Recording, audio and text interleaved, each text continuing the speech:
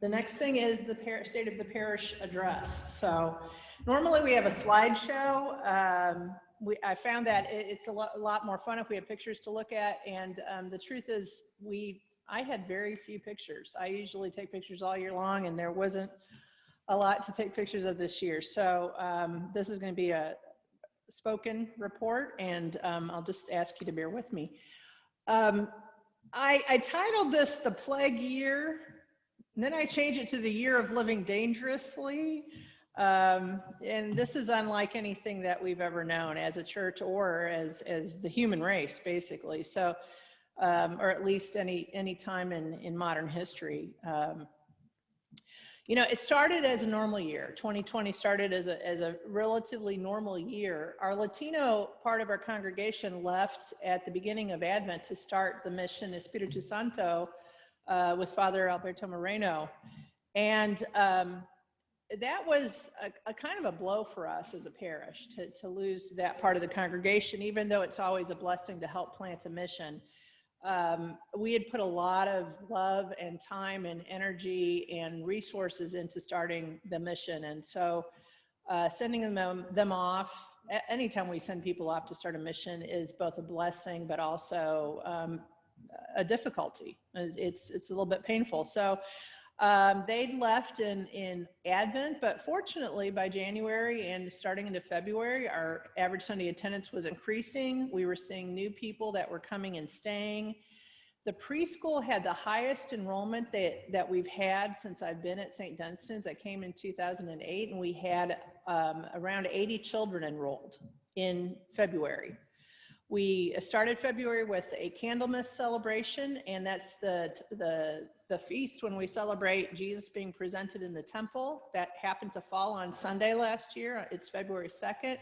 We started in the parish hall with a procession with candles and came into the church and blessed new oil candles for the candelabra that were given in memory of Pat Fenton.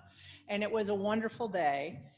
We were planning on having Celtic Evensong in mid-March, and then the pandemic hit. And it sort of, I'd been hearing news bulletins from England about it because it hit there earlier than it hit here, but we pretty much shut down overnight. The preschool had to shut down, the church shut down, we weren't allowed to have in-person services, and if you will remember, the very first Sunday that we had to shut down, we did our services using iPhones. My iPhone and Chaz's phone. And it was pretty rough. And we're very, very fortunate because Chaz Emerson was, he stepped into the breach and he brought in all kinds of equipment from his own home or things that he borrowed from his friends and was able to get us up and running in a way that for a church of our size is really amazing. And he had put all kinds of time and effort into learning the technology and networking with his friends. And he's back there shrugging and he's a little embarrassed. Chaz is a very humble guy. So I'm going to stop embarrassing him. But so we went from a first service, which was with iPhones, to being able to do what we're doing right now with things on the screen and having better sound equipment. And the vestry invested in permanent equipment, including a very good camera for us. Let's see. Okay, there we go. You know, but there was a lot of uncertainty in March and April. I know that was true for us all individually or as families or couples, but also as a church, there was a lot of uncertainty. And it was eerie. The first thing I did that Sunday after we finished recording with the iPhones is I went around the building and turned all the thermostats down. Because I knew nobody was going to be in here for a while. I was going to be working from home. Kathy was not going to be working. The preschool was closed. And we went for 2 months with this being like a ghost town. And we had people who were still helping out. The property guys were still helping. Brett Smith was checking the mail. We had Chaz here doing a technology quartet from the vestry. From the choir, and with Elliot providing music. Deacon Allen was here, but we were really the only people around the building during that time. And then, of course, we had to celebrate Holy Week and Easter that way. And I'm going to tell you quite honestly, I'm really pleased with what we were able to do. Chaz worked tirelessly, and Elliot and the choir did all kinds of work ahead of time, recording special music. I'm especially proud of what we were able to do for Good Friday. Easter was the strangest thing I've ever experienced. Easter Day. There were 6 of us in here. We did the Easter Vigil in the morning so we could broadcast it later that morning, and it was the most bizarre thing in the world to say, "Hallelujah, Christ is risen," and hear 5 people in an empty church say it back to you. With the music had all been pre-recorded, so we didn't even have music that Sunday. So that's really a labor of love for you all, because it's sort of, we were following that maxim, fake it till you make it. So we were just trying to make sure that we were doing as much as we could to be as normal as we could under the circumstances that we had. As Bill mentioned, the diocese applied for a payroll protection loan for us and for the preschool, and they did that for all the other entities in the diocese. We got the loan. One of my biggest concerns at that point was the preschool, whether or not we were going to be able to keep our teachers, when we would be able to reopen safely, whether or not we would still have students when we reopened. Wasn't sure what the church was going to look like in the future. It was all very, very iffy. But because we got the payroll protection loan, we were able to continue paying the teachers during that time, and we also were able to meet payroll for the church. But I also want to say, we didn't know, we had no idea what things were going to look like financially. And I can't stress enough how amazing it was when we started getting the mail and you all were continuing to send in your pledges and to keep the church going, because that is the epitome of faithfulness. And I can't tell you how much that meant to us for you to continue to do that.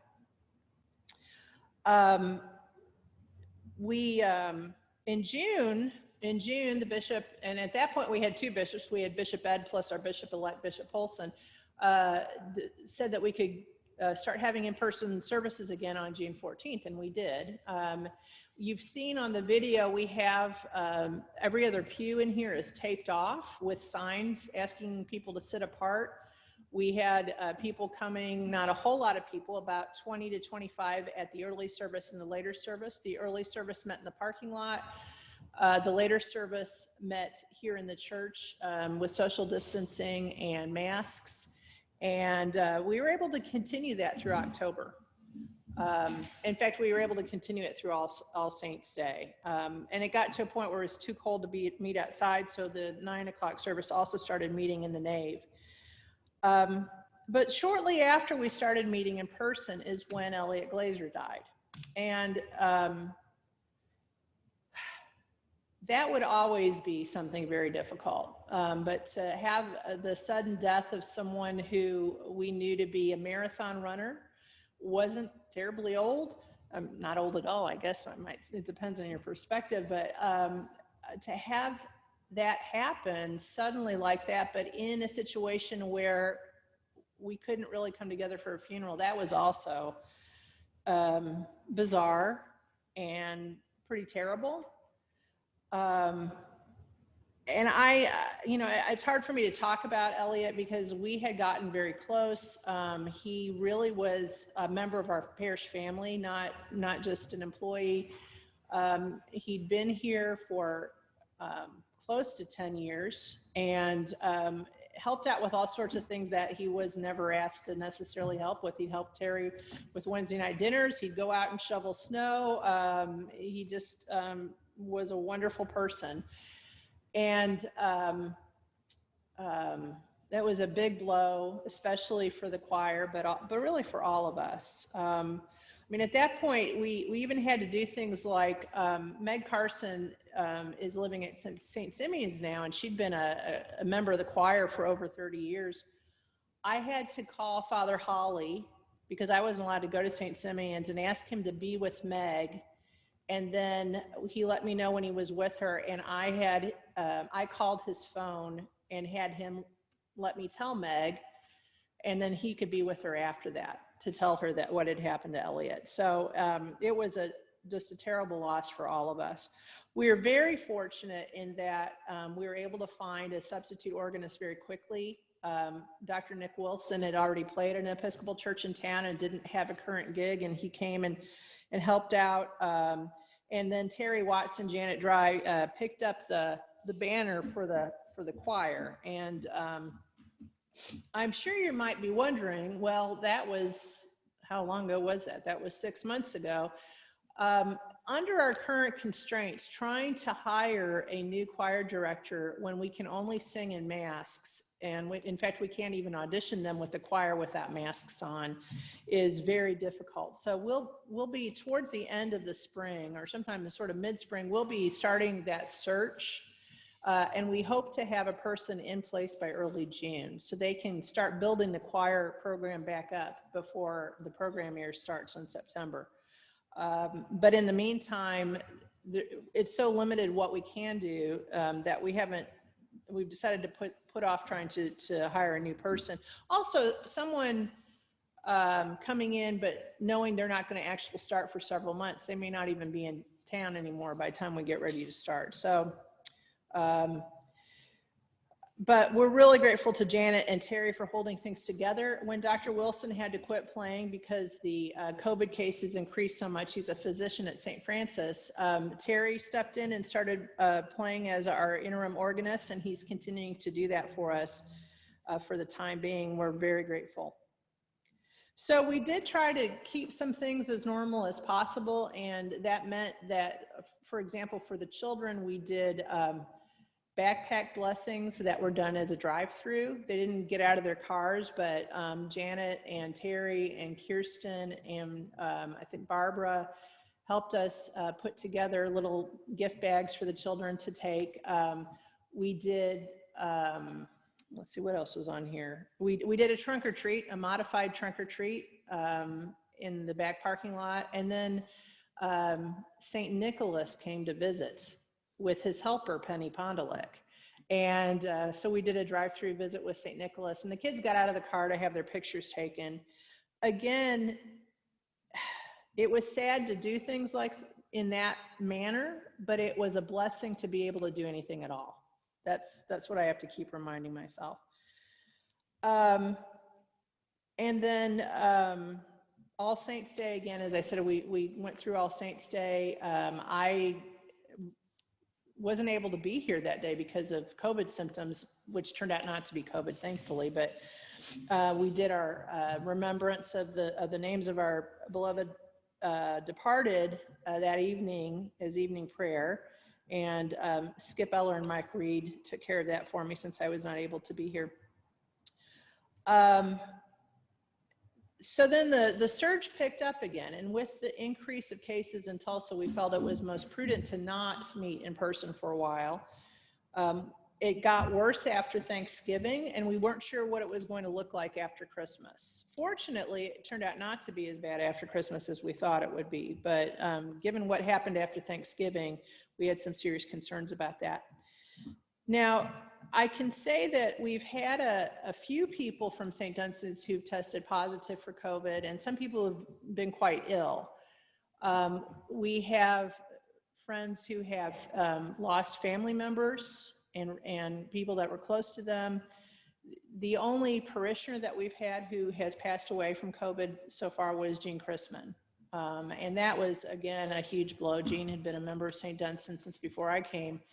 And somebody that we all loved very much. And we were just so sorry that happened. We didn't have a service yet. His family is waiting till they can get together, and hopefully when they can get together, we can also join them to show our love to the Chrisman and Forbes families. Christmas Eve, again, not what we usually do. We did a recording service for our main sort of what we used to call midnight mass, although we do it earlier now. But the parking lot service that we did, which was kind of short, it was cold outside, but we did a service outside with the choir singing, and the people that came were able to sing, and we had readings. We had hot cider that Barbara Tristanella put together for us. Kirsten came with the ornaments that she and her family put together for the children.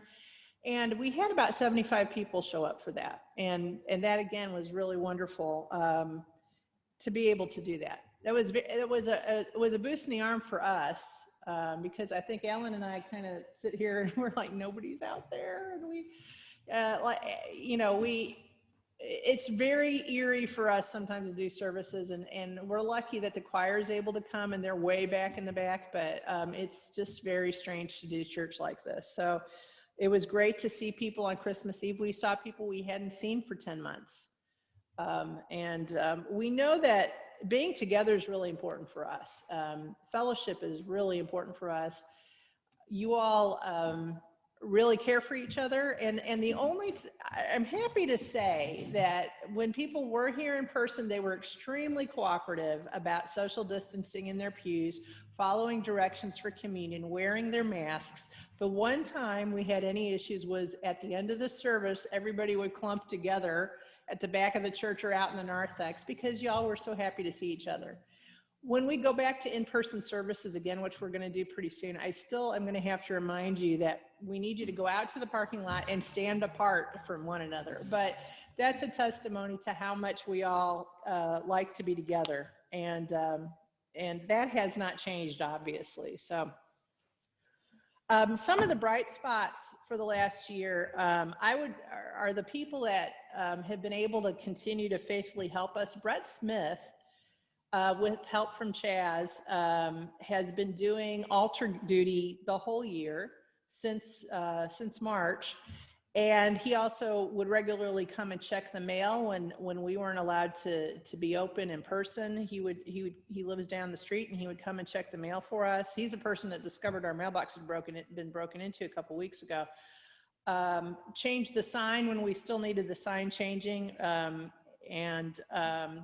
property guys, as we call them, although women are welcome to join them, and I don't know, I'm from the north, I'll probably say guys anyway, but property people continue to do the work around the property that they're so faithful in. Barbara Tristanella came and helped out the preschool. She volunteered when they were doing online classes for older students. She also did a lot of yard work and work in the flower beds and things like that. Janet Dry continued to do the chalice and tongs, and she's currently working on doing a daily Lenten meditation that'll be put out on Facebook. Janet and Terry kept the music together. One of the really bright spots in all this for me was the Monday morning ladies Bible study group, because they got on Zoom right away. And Sally Turner got a friend to help her with a Zoom account over the summer, and they've been meeting every week since the pandemic started. And to me that's a tremendous success story, because people talk about technology being harder. The older you are, the harder it is. And I know that I can't. There's so many things that say Omar Cisneros can do, I can't do. But we have a group of ladies who are retired women, and we got on Zoom and handled it like pros, and continue to do that every week. And that to me is just an amazing story that's come out of this. One of the good things that has come out of this is that we did engage with this technology that we've been hesitant to get involved with. As a medium-sized church, we didn't really think we needed to be broadcasting and availing ourselves of all these things. But we've got the equipment and the ability, and even when we can meet in person, there'll still be people who can't come to church, and there's still people who are friends of St. Dunstan's who live in other parts of the country who watch us every Sunday. So we'll continue to broadcast our services this way, so that you can either watch in real time or go back and watch later if you care to. We also got a new bishop, which we're really excited about, Bishop Polson Reed. He's very engaging and very warm. Don't tell him I said this, but he's sort of like the bishop version of Mr. Rogers. He's very reassuring and just kind. and you will love him when you get to meet him. He's going to be visiting us in October. And at first I was upset that he wasn't going to be here for St. Dunstan's Day, but I'm not sure how well we're going to be able to be normal on St. Dunstan's Day. We may not be able to have a picnic until later in the year. But I hope by October we will be closer to back to normal, and that will be a great time to have him visit us. I've already talked about Chaz, and we would have been sunk without Chaz. That's really the long and the short of it. So we're so grateful to him. And then for me personally, having Bill Young kind of hold my hand and, you know, poke me every once in a while and prod me when needed, and just help us stay on the path that we needed to stay on. And Deacon Allen has always been an invaluable colleague, but I think he's the best deacon in the Episcopal Church, to be honest with you, and probably just one of the best all-around people. And so I'm really grateful to all the help and support and advice and counsel that he gives me. Another bright spot in all of this is our ability to continue supporting Alcoholics Anonymous and Al-Anon. We had to cancel our outside groups that were meeting here, things like PEO, but the one thing with the bishop's permission that's an outside group that I felt we needed to continue to have meet was Alcoholics Anonymous. Now, they did a lot of work online all over the country. Groups meet online, but there's still people that need to meet in person because they didn't have the ability to meet online. And I know from the experience of people in my life that sometimes someone needs a meeting and it's going to be their first meeting and they need it right away. And for someone to come and not be able to find a meeting, to me, that could be a tragedy. And so our original groups that met on Tuesdays and Fridays have been meeting all along. We added another group that meets on Mondays and Thursdays in the evening. And we've just spoken with yet another group who may be meeting every day, Monday through Saturday at 7 a.m., which won't impact us. It'll be in the north end of the building if they decide to come here. We've gotten these two new groups because the churches where they were meeting won't let anybody from the outside in their building. Yes, Alan kind of hummed over there. And there's some risk involved, but actually very little. The people that come here are being compliant in terms of masking and social distancing, and we know that they're here at times when the rest of us aren't here, and there's enough time lag in between that it's safe when we come back into the building, and they're not overcrowded. Both the groups are doing a hybrid of in-person and some people online, but as we get back to normal, it's important for us, and I think we do this really well as a church, to have this building used as much as possible. I was in a church before I came here that was empty, almost entirely empty most of the week. And to have a large building that's not being used. We have a building that's being used for preschool, plus these meetings that are so important for people to be able to live a healthy and long life when they're dealing with an illness like alcoholism. So we're really grateful to be able to continue to do that. Also, Kathy Woods had a new grandchild, and so we were very fortunate that Angela Hawk was able to come back for 2 months and to step in to Kathy's shoes, and it was a pretty much seamless transition, and so we were really grateful that happened. And then also we added a new person to our staff, Candy Ripogle, and she's our new bookkeeper, and when you meet her, you will love her. She is kind, but extremely knowledgeable. She explained the whole stock market, GameStop, hedge fund thing to me last week in a way that I can understand. So our office is open Tuesday, Wednesdays, Thursdays. I'm around at other times too, but the ladies are working on Tuesdays, Wednesdays, and Thursdays. So if you call then, you can talk to Candy. When you meet her in person, you'll be really glad to meet her. She's, as I said, a very kind and helpful person. So we're really fortunate in that. And we're also very fortunate to have each other. And the church is fortunate to have all of you. As I said earlier, the continued financial support, like I said, we didn't know what was going to happen. You all have stepped up wonderfully, but not just in that sense, but in other ways. When we asked for help for the Glazer family, I know that was a way for you all to show how much we loved Elliot, but we were able to continue to pay his salary through the summer to help Lisa and Nathan. We also were able to collect funds to help them with Nathan's college and with their medical bills, and you all were so generous in that. Also very generous in the food that we collected for Espiritu Santo, for their new food pantry, and for donations for street school. So we're, again, so grateful for the generosity of the folks of our congregation. So what's next? Well, the next thing is we're going to be back in person starting next Sunday. We will again be social distancing, wearing masks, distributing communion the way that we were previously. All that's going to be in place, but the spikes that we saw in the COVID cases, it's started to go down here, and the way we handle things at the church, we are very, very careful. And so we're confident that we are doing things as carefully as we can, and that we also know that a number of people have already started the vaccination process. And so we're confident that we can go ahead and start services next week again at 9 and 11.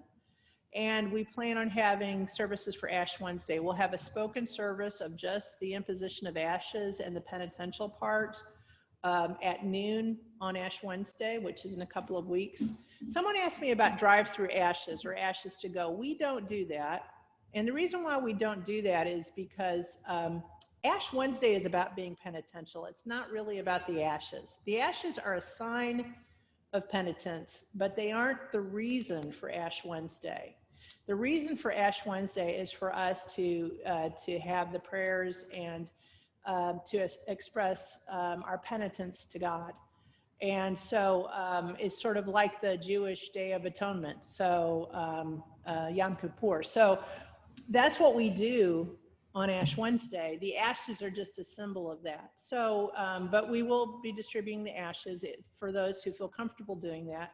We'll have services, like I said, at noon, and then we'll have a 7 p.m. service with some music, not all the music we would normally have, but a little bit of music from the choir, and there'll be more information going out about that.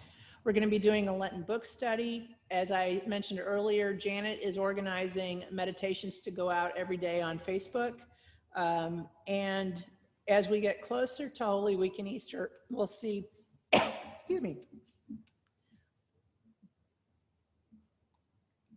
we'll have to see what that's going to look like. I'm hoping, we're hoping to do things in person. Again, we'll have to be limited in with our social distancing, and we'll have to figure out how we're going to be able to do that. Those are typically large services, but we'll have a plan in place when it's time. As we go through this coming year, we will be adding back activities that we stopped having. So, for example, we might be able to start doing adult forum in person, although we probably still want to somehow broadcast it, as more and more people who typically come to that get vaccinated. Again, we'll have to continue social distancing and masking and following precautions, but it will be much safer for us as more and more folks get vaccinated. So as we progress through the year, we'll be adding back activities in the safest way possible. And I have to tell you, for me this past year, one of the most difficult things has been feeling responsible for your safety. And the chief, when we read our catechism, or what we call the outline of the faith, the chief function of the church is to worship God. That's the most important reason the church exists, is to worship God. And for us not to be able to do that in person has been really hard. But at the end of the day, trying to care for one another through keeping each other safe has been the most important thing, and trying to decide, with the help of our vestry and with Deacon Allen and other people, healthcare people in the community, trying to decide how we could be the church, but also keep everyone safe has been an ongoing struggle. But I feel fairly confident that we've done a good job with this. So, and we're hoping that by September we really will be in a position to be close to normal again. That's a little over 9 months, or a little less than 9 months from now. And that also impacts what the budget's looking like for this year, which Bill will be talking about shortly. This has been a hard year for all of us. It's been a lot of loneliness and isolation and depression and fear and uncertainty and boredom. We went through a lot last year that was extremely stressful, that didn't have to do with COVID, but COVID exacerbated all of that. I think one of the things that we've learned is how important we are to each other. Maggie Brooks was home from college over Christmas, and we had a nice meeting where we were 10 feet away from each other and visited with one another. And Maggie, if you've known Maggie, and she was here her whole life, is an introverted person. And she said, you know, I found out that I'm okay being on my own. She went to graduate school and had one person in her program. Everyone else were exchange students who couldn't come over from their countries. And she said, I'm really good at being alone, but what I've figured out is I really want to be with other people. Even if I'm an introvert, I really want to be with other people. And I think that even those of us who are introverted discovered the same thing, of how important we are to each other. I'm closing now, finally. I know you probably think I've been talking a long time. I just want to remind you, Deacon Allen's sermon last week on you can find it on our YouTube channel. He started out by talking about how he and Libby traveled across Kansas in a blizzard. And they couldn't see the road in front of them at all. All they could really do was focus on the road underneath them where they were. And that's what we've had to do this year, is to just focus on the road underneath us and to move forward slowly as best we could. But we know there's a path ahead of us, and we know that God knows where we're going. So the last thing I want to do here is share with you a prayer from Thomas Merton. And this is, I've adapted it. I've changed the pronouns from I to we for all of us. So let us pray. O Lord our God, we have no idea where we are going. We do not see the road ahead of us. We cannot know for certain where it will end, nor do we really know ourselves. And the fact that we think we are following your will does not mean that we are actually doing so. But we believe that the desire to please you does in fact please you. And we hope that we have that desire in all that we are doing. We hope that we will never do anything apart from that desire. And we know that if we do this, you will lead us by the right road, though we may not know anything about it. Therefore, we will trust in you always, though we may seem to be lost and in the shadow of death. We will not fear, for you are ever with us, and you will never leave us to face our perils alone. Amen.